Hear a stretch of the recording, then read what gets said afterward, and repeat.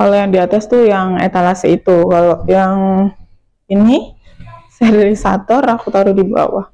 Wah, perjuangan sekali nih puasa-puasa suruh naik. Nah, ini sterilisatornya aku teman-teman. Tuh. Nih. Ini alat-alatnya yang atas tuh masih ada ya. Jadi masih aku.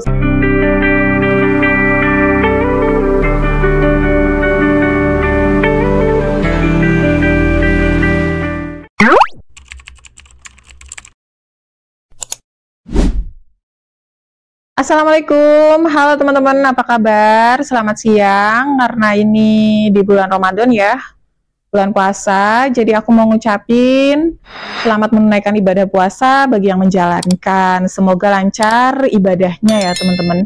Di video kali ini aku mau spill alat kesehatan apa aja atau barang-barang aku yang sisa dilelang, atau memang aku sendiri yang memang nggak mau dilelang barang-barang itu ya teman-teman.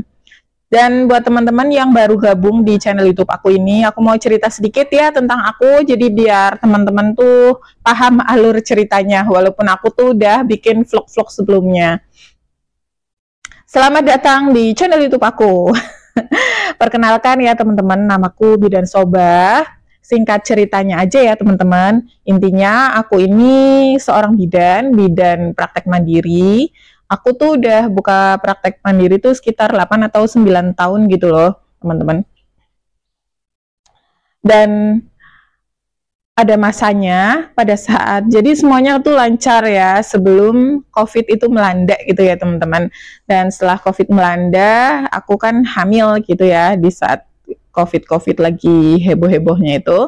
Kemudian aku tuh hiperemesis. Jadi tempat praktek aku itu yang udah aku bangun sebelum-sebelumnya itu tidak terkelola dengan baik gitu, karena aku tuh lebih sering tutup dibanding bukanya gitu.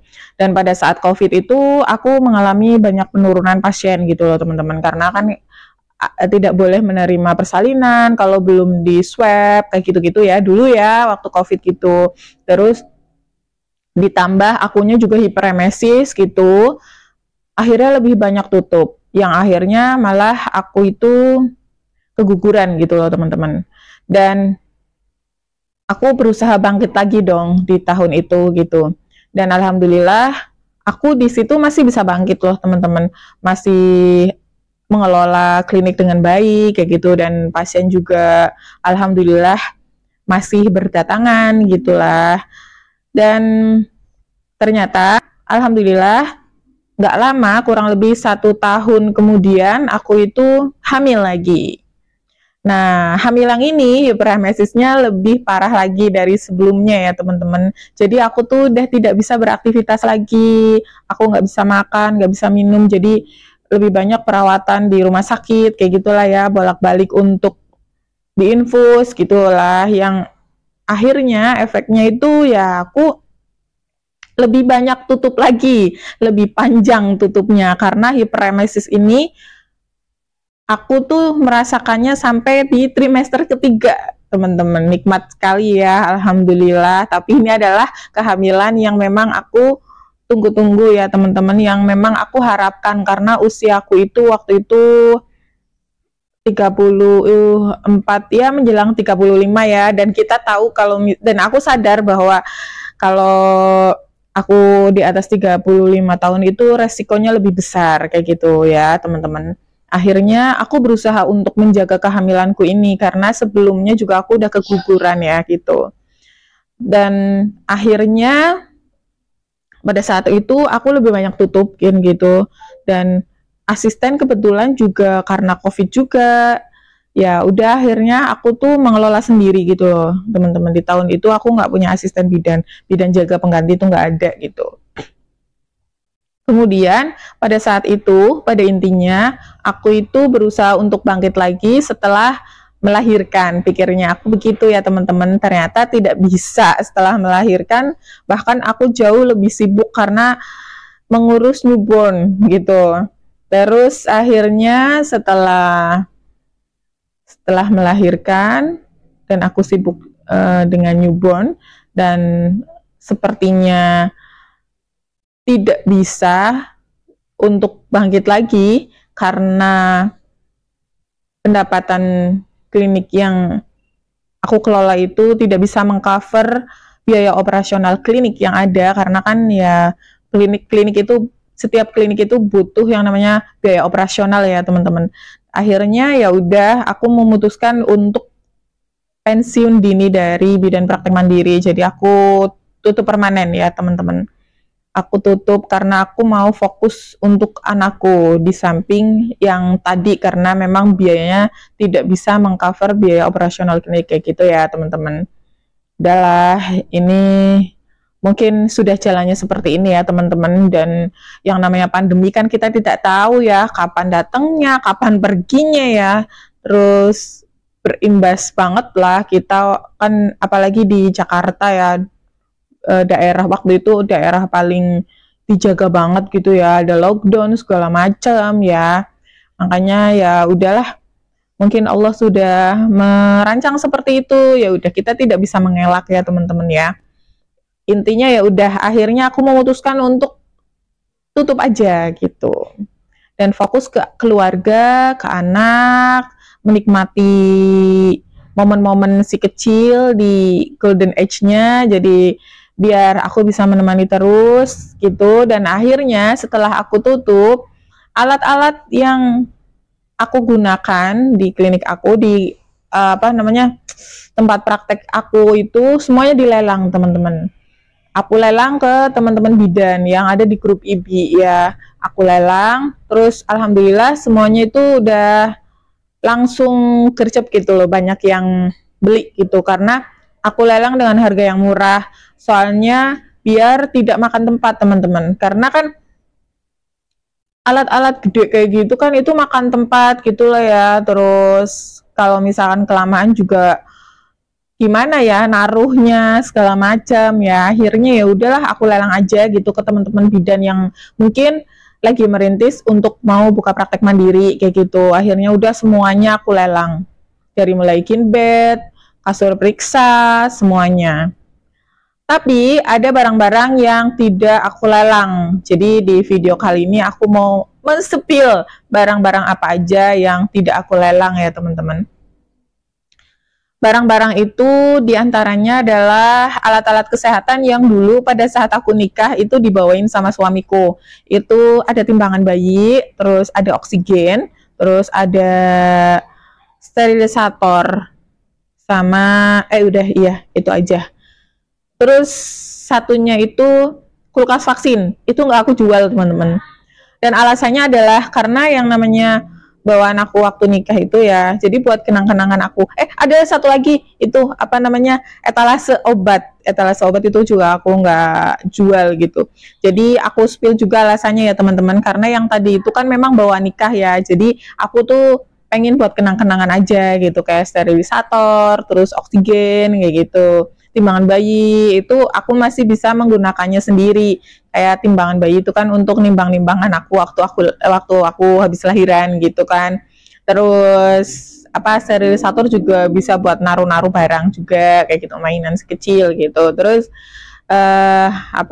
oksigen itu alhamdulillahnya nggak aku jual, karena itu digunakan sama mertuaku waktu mertuaku sakit gitu. Terus kalau kulkas itu aku beli baru teman-teman, makanya aku tuh nggak mau jual, karena kalau misalkan aku jual itu kan walaupun masih baru tapi kan udah kategori barang bekas ya, jadi pasti harganya murah banget. Nah ada temanku yang nawar tuh murah banget, makanya aku itu nggak mau ngelepas karena aku sayang gitu, karena aku ngerasa itu tuh baru beli gitu, baru beli sekitar waktu itu 1 tahunan gitu.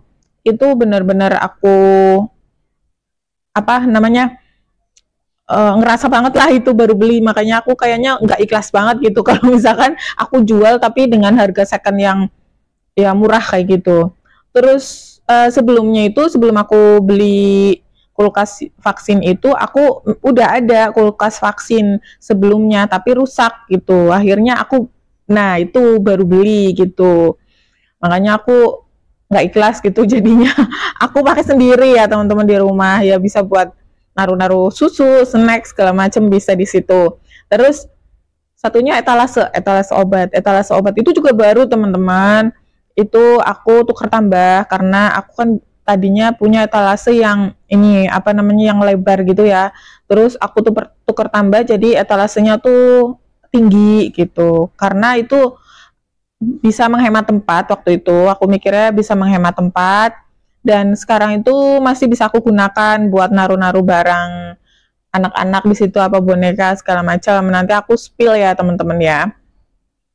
Tapi dari kisah aku ya teman-teman, semoga bisa diambil yang bermanfaat, yang baik-baik. Kalau misalkan yang tidak baik, mohon tidak usah ditiru ya teman-teman ya. Dan teman-teman kalau memang yang di rumah yang tidak ada masalah, kayak aku kan memang ada masalah kesehatan yang tidak bisa untuk beraktivitas gitu ya. Tapi kalau teman-teman di rumah ya memang masih bisa beraktivitas, masih bisa melakukan semua hal secara baik kayak gitu ya, teruskan aja, nggak masalah kok. Karena maksudnya aku tuh tutup praktek itu karena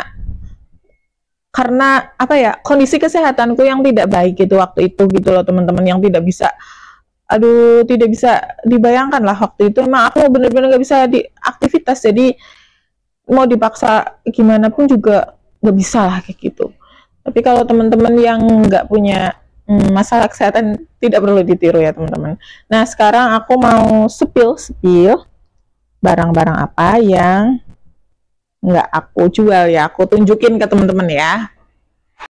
Nah ini ya teman-teman, waalaikumsalam. Nah ini ada etalase obat ya teman-teman tuh kan, bentar. Nah ini etalase obat aku teman-teman tuh kan, dulu tuh buat tempat ini kan, tempat obat sama tempat alat habis pakai. Buat teman-teman yang nonton vlog aku dulu, zaman dulu, ini ada nih tempat untuk naruh depo untuk KB, terus buku KIA sama kapas gulung kayak gitu-gitu. Stok-stoknya tuh aku taruh di sini ya teman-teman. Itu yang aku buka dulu ya. Nah ini sekarang buat tempat boneka anak-anak aku, sama ini medali tuh ini bisa digunakan lagi ya teman-teman. Terus sama di bawah ini tadinya kan buat naruh berkas ya teman-teman. Apa? Es krim. Ini buat naruh berkas dulu ya, sekarang masih sih ini berkas yang dulu masih aku simpan di sini gitu. Jadi ini masih aku simpan ya teman-teman. Terus ini adalah kulkas vaksinnya. Ini sampai ada apa namanya temperaturnya loh. Ini udah ada agak lecek. Nih, ini masih nih. Kan kulkas vaksin itu nggak boleh campur sama kulkas kita pribadi ya teman-teman, jadi memang wajib ada. Ini ya kayak gini sih buat tempat-tempat makanan. Nah ini juga masih aku simpan ya teman-teman, jadi ini waktu itu aku beli masih baru, makanya sayang kalau misalkan harus dilepas. Sama tuh mortil itu apa ya, buat mainan anak aku. Jadi kalau misalkan dia mau mainan berujak-rujakan kayak gitu, dia pakai itu. Terus aku mau spill juga sterilisatornya ya teman-teman. Tunggu, aku tuh naruhnya di bawah sterilisatornya. Bentar ya. Kalau yang di atas tuh yang etalase itu, kalau yang ini sterilisator aku taruh di bawah. Wow, perjuangan sekali nih puasa-puasa suruh naik turun. Jadi nggak ada yang nyuruh, aku doang yang pengen. Nah, ini sterilisatornya aku teman-teman. Tuh, nih. Ini alat-alatnya yang atas tuh masih ada ya, jadi masih aku simpen gitu. Tapi kalau yang bawah-bawah itu untuk naruh-naruh. Untuk naruh-naruh mainan anak aku, jadi aku simpan di sini. Ini masih bagus dan ini bawa nikah, jadi aku nggak mau jual karena buat kenang-kenangan.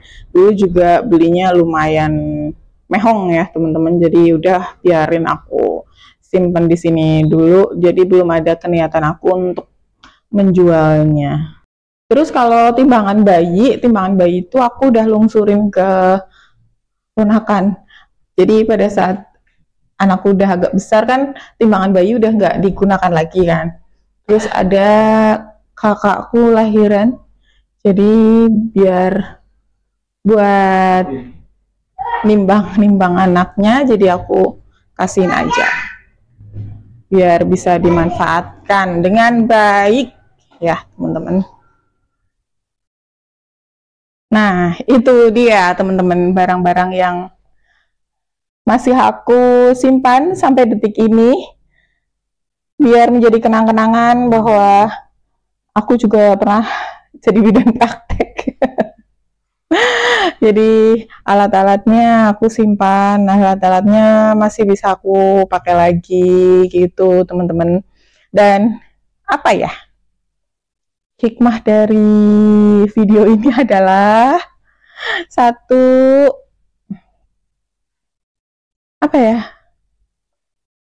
mungkin pengelolaan klinik tapi ya gimana ya, itu kan karena kemarin aku pandemi ya, karena maksudnya aku tidak fokusnya karena pandemi dan kehamilan yang memang itu tidak bisa dihindari ya teman-teman, tidak bisa kita sebagai manusia itu di luar kendali kita sebagai manusia, maksudnya gitu ya teman-teman ya. Terus masalah keadaan kita waktu hamil itu ya, setiap perempuan kan pasti beda ya kondisinya, kondisinya itu beda. Jadi udah sih, intinya sih ada peristiwa-peristiwa yang memang di luar prediksi kita. Ya udah, terima aja. Itu emang udah takdir, itu memang udah jalannya. Ya sudah, gitu.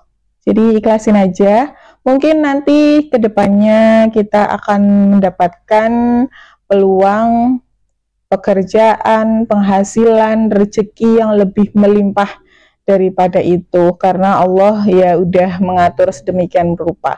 Aku tuh udah berusaha untuk bangkit